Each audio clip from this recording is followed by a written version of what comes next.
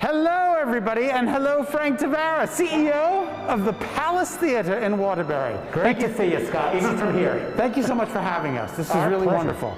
Look at this beautiful. So, you guys are open for tours of the theater? Open for tours. Because we're unable to be open for the public for shows, we thought, what a great way to take advantage of our time, show off our space, and invite people in to see this beautiful theater that we have here. And tell us a little bit about the Palace Theater, if you might. Sure.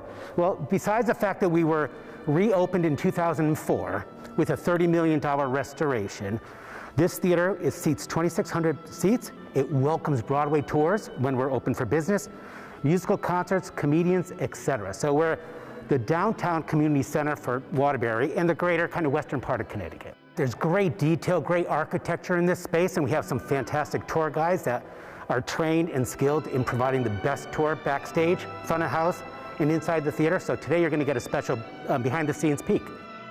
Connie Nolan is our tour ambassador. Connie, this is such a beautiful venue. It really is, and we are so excited to have you here to show it off. We want to reiterate what Frank said, that we are introducing our tours again. We have a limit on the amount of people that we could have, but the tours are only $5. $5, and it lasts about an hour and a half. Our tour starts in the grand foyer. The palace was built it started being built in 1920. It opened in 1928 to George M. Cohen's Mary, and it was a sold-out house at that time. The architect was Thomas Lamb, and his brother was William Lamb, who was the architect for the Empire State Building. Oh, wow. And Sylvester Poli was the one that started this theater. He was an immigrant. He came from Italy, and he settled in New Haven.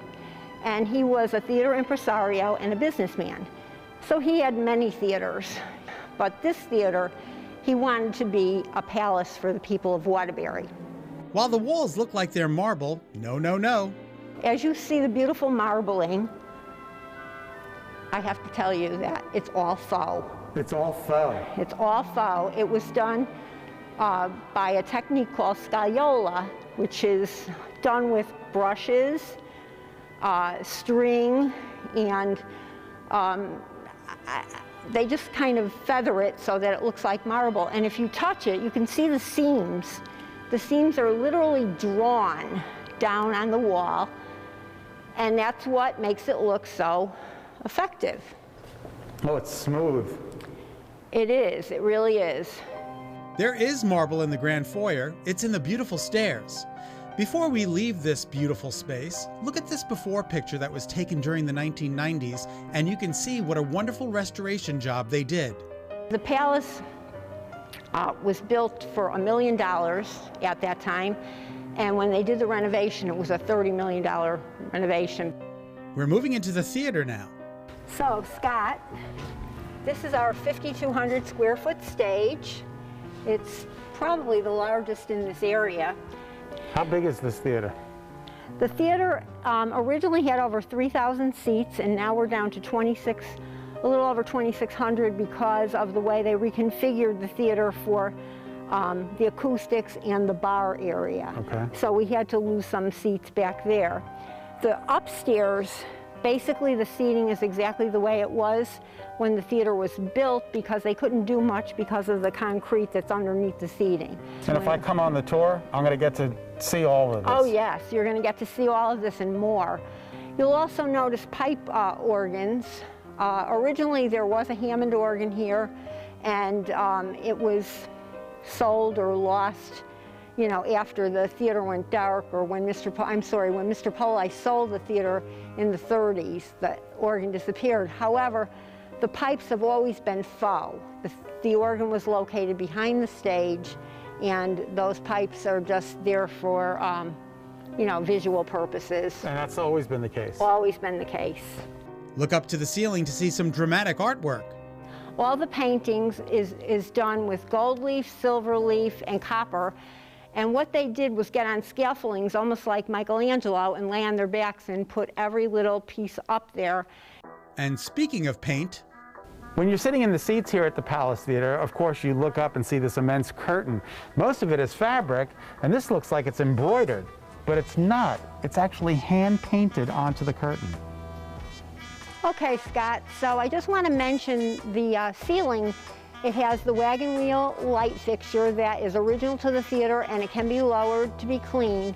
But if you notice, it's a dome shape, and we call that a parabolic dome. And what that does is it really makes our acoustics in here stand out. When Tony Bennett, who closed the theater in the 80s, came back to reopen it on our opening night in 2004, he literally put his microphone down on the stage floor and sang without a mic because he wanted everyone to see how beautiful the acoustics were in here.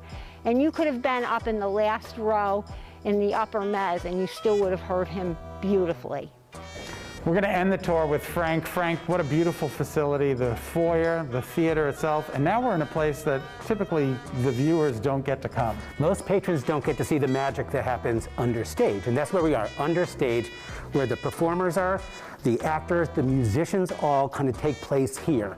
And you can see against our walls, a Broadway tradition is that the cast of the touring company will come in, leave their mark on their production that they were here in the building. Whether it's Blue Man Group, Chicago, the cast signs it. It's their moment. They leave their legacy here in downtown Waterbury once they perform here. So the murals are pretty amazing, and it's interesting to see the names that someday will be, touring on Broadway itself or doing other things across the country. So come check it out, the Palace Theater in downtown Waterbury. Where can we go to find out tickets for the tours? PalaceTheaterCT.org. And it's $5 for like an hour and a half. So how awesome is that? Frank, we want to thank you and Connie for showing us this beautiful theater. It's my pleasure. Glad you can come, and we hope others join us as well.